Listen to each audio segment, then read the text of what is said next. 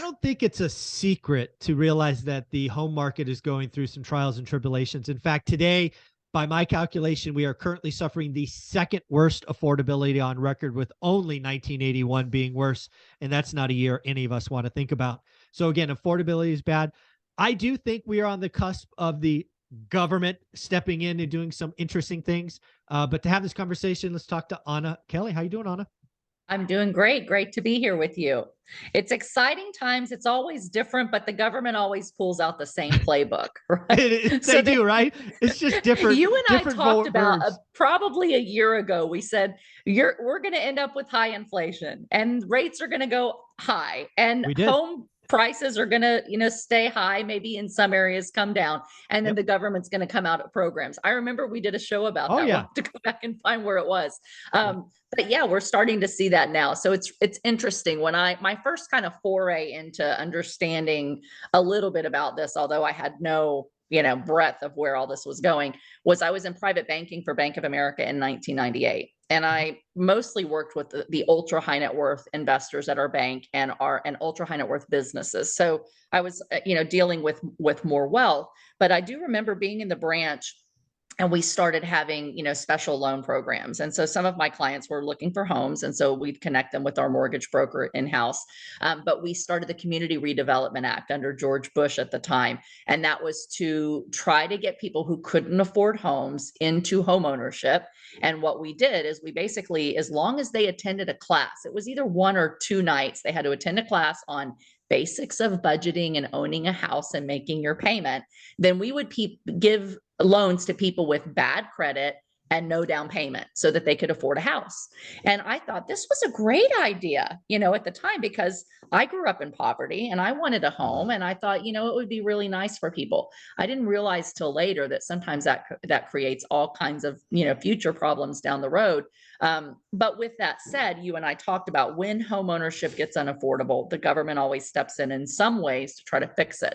So what do you do when you're a government that's raising interest rates and making the housing, even more unaffordable? Is you want to try to get affordability back down. Some people say they're raising rates so that they create a recession so that it will drop home values, because home values are kind of high and sticky.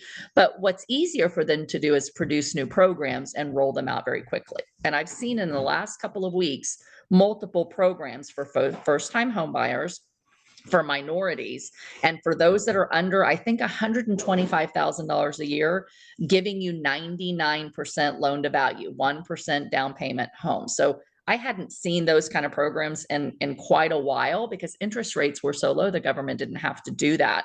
But we're seeing that. And then today, Michael, I didn't read the whole article, so I'm just giving you like the highlight that I saw on my housing news report. But essentially, the government is now looking to create a big tax program to give tax credits for people to buy a house, not just first-time home buyers.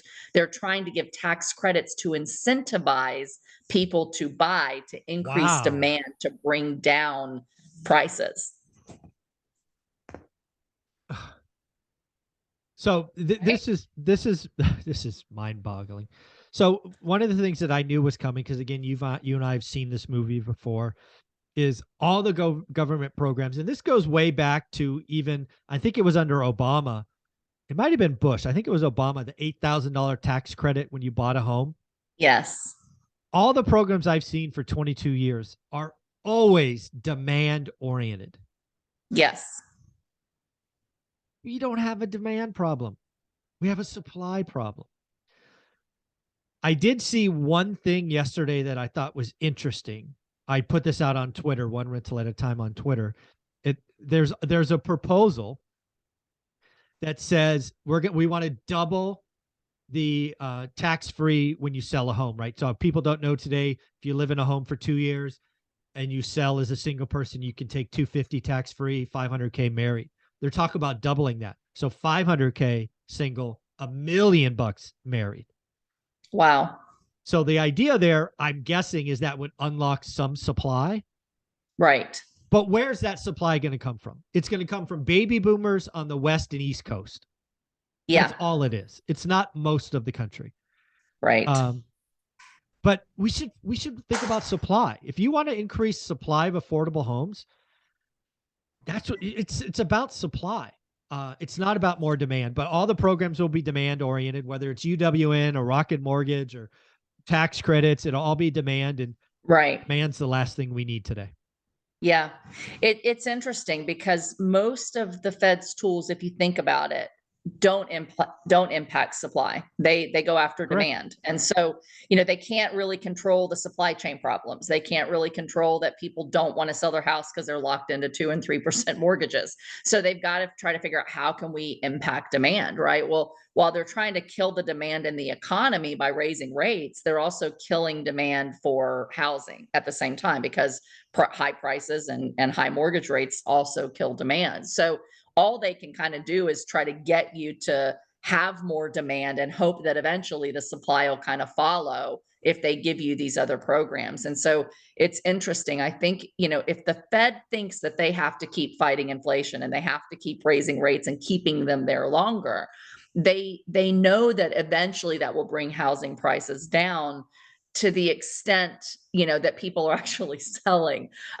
So they want, if there's still a lack of supply, they're like, at least we can give you programs to help you buy what supply there is. But again, there's not a whole lot they can do to create supply unless it's like you said, these the doubling of the tax benefit when you sell.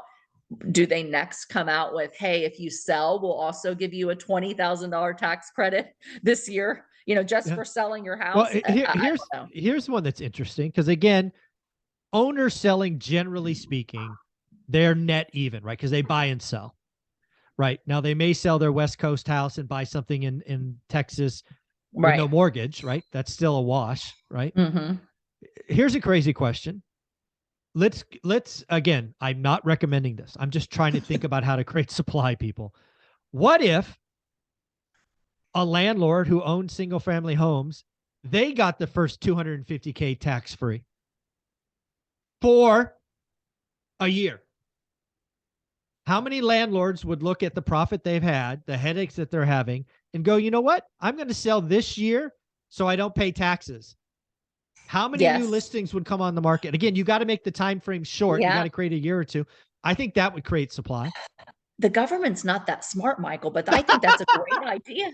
I think that's a great idea. Maybe we should um, lobby for this, right? I don't have any political ends, but yes, because here's the reality. I sold a lot of property in the last couple of years, and I kept, the best properties that I knew I was going to hold for a really long time.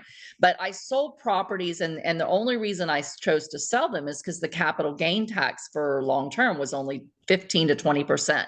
And if I used enough bonus depreciation, I could get my income down to where I could pay Yep. 15% Right. if I didn't find something that I really liked enough to do a 1031 exchange. So the 1031 allowed us to exchange for some properties.